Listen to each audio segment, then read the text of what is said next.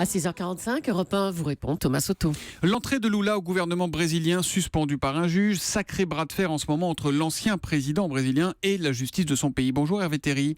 Vous êtes chercheur au CNRS, professeur invité à l'université de Sao Paulo et auteur de Le Brésil, pays émergé, publié chez Armand Collin. Vu d'ici, on se dit que la situation au Brésil sent un peu l'œuf pourri, mais on a besoin de quelques explications. Déjà, que reproche la justice à Lula ? Alors, essentiellement du blanchiment d'argent, qui est en fait lié au fait que des entreprises de BTP lui ont fabriqué un somptueux triplex sur la plage à Guarujá, près de São Paulo, et remis en état une propriété rurale, une maison de campagne qui ne lui appartient pas mais qui utilise toujours. Et ça, c'est considéré comme le point de départ d'un enrichissement illégal. Donc c'est de l'enrichissement personnel, on est d'accord ? Cette fois-ci, oui. Jusque-là, on disait toujours il y a eu beaucoup de vols pour le parti, mais lui-même était personnellement honnête. Là, on commence à dire que non. Est-ce que ça a à voir ou pas du tout avec le scandale Petrobras, dont on entend aussi beaucoup parler ? Petrobras, c'est le nom de la grande compagnie pétrolière contrôlée par l'État brésilien. Alors c'est relié parce qu'en fait, le Parti des travailleurs, pour rester au pouvoir, a acheté... Le parti de Lula a acheté le vote de partis voisins, et la pompe à fric qu'il a trouvée, c'est détourner de l'argent de la Petrobras. Et donc lui, il est concerné par cette affaire, et la présidente Dilma Rousseff, qui est celle qui lui a succédé, qui est du même parti politique. Oui, elle est du même parti, c'est lui qui l'a désignée. Le premier sondage après qu'il l'ait désignée, elle avait 3% des voix.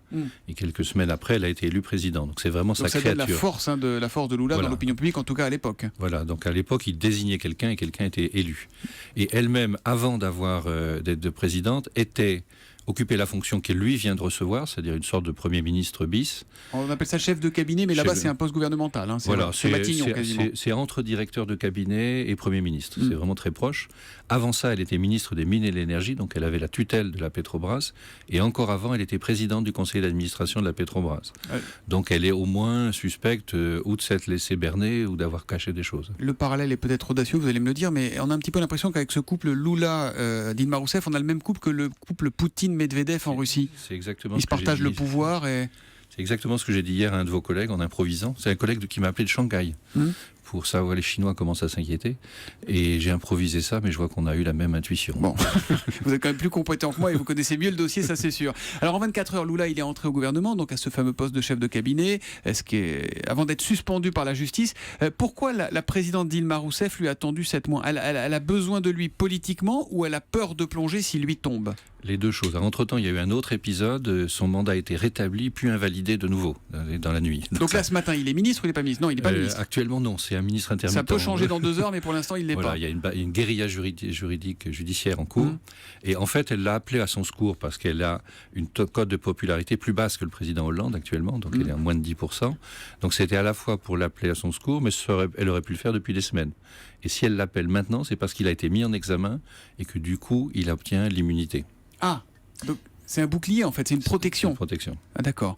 En tout cas, la justice a l'air vraiment indépendante au Brésil pour le coup là. On a l'impression que les juges avancent comme ils le veulent. C'est quand même une des avancées depuis la Constitution de 88. Après 20 ans de dictature militaire, il y a une Constitution assez avancée et qui notamment protège bien la justice. Alors quel est le climat social autour de tout ça ? On sait que dimanche il y a eu des manifestations énormes, 3 millions de personnes dans les rues contre le pouvoir en place. Aujourd'hui il y en a d'autres qui vont être organisées par les partisans de Lula, par les partis de gauche.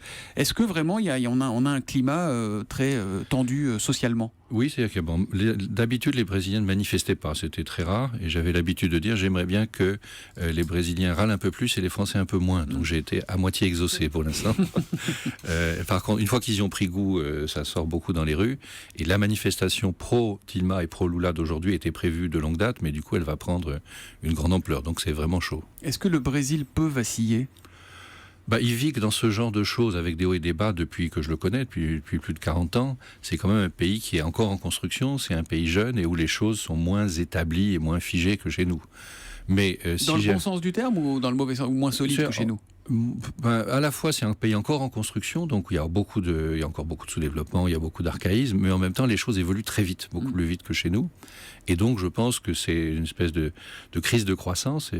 Si j'ai appelé mon livre « Le Brésil, pays émergé », c'est bien Ouais. pour signaler que ça n'est plus un émergent, c'est maintenant un émergé, mais ça se fait souvent dans la douleur. Lula, ça a été l'homme du miracle économique du Brésil dans les années 2000. Aujourd'hui, économiquement, il va comment ce pays? On dit souvent Il que va c'est plus moins- ce que c'était, quoi. Oui, il va moins bien parce qu'il a eu quelques très belles années sur lesquelles Lula a surfé grâce à la demande chinoise. Le Brésil a vendu énormément de minerais de fer et de soja, qui lui a fait quelques années de boom, qui s'arrête avec le ralentissement. On est dans un monde globalisé. Hein, c'est ce qui arrive ici en Europe, qui fait qu'on commande moins aux Chinois et qui commande moins aux Brésiliens. Le papillon est mondial actuellement en économie. Un petit mot peut-être de la destitution lancée par les députés cette nuit contre la présidente Dilma Rousseff. Ça, c'est quoi? C'est une petite guérilla parlementaire ou elle a vraiment une chance de tomber? Elle pourrait, les mécanismes le permettent, mais il faut savoir que le président de la Chambre qui a lancé le mouvement a lui-même une sérieuse casserole puisqu'on lui a trouvé des comptes en Suisse. Oh là là, c'est vraiment c'est joyeux là-bas. Dernière question, Annick, sur Europe1.fr, rapidement. Est-ce que tout cela peut avoir des conséquences sur la tenue des JO cet été, 5 au 21 août à Rio? Beaucoup de gens se posent la question. On s'était beaucoup inquiété sur la Coupe du Monde qui a eu lieu sans problème. Là, je pense que c'est plus limité parce que c'est dans une seule ville. Donc à Rio, qui a l'habitude du chaos depuis longtemps, je pense que ça devrait se passer tenir tout ça. Normalement. Merci beaucoup Hervé Théry, chercheur au CNRS et professeur invité à l'Université de Sao Paulo. Je renvoie à votre livre, Le Brésil, pays émergé, qui est publié chez Armand Collin. Merci, bonne journée.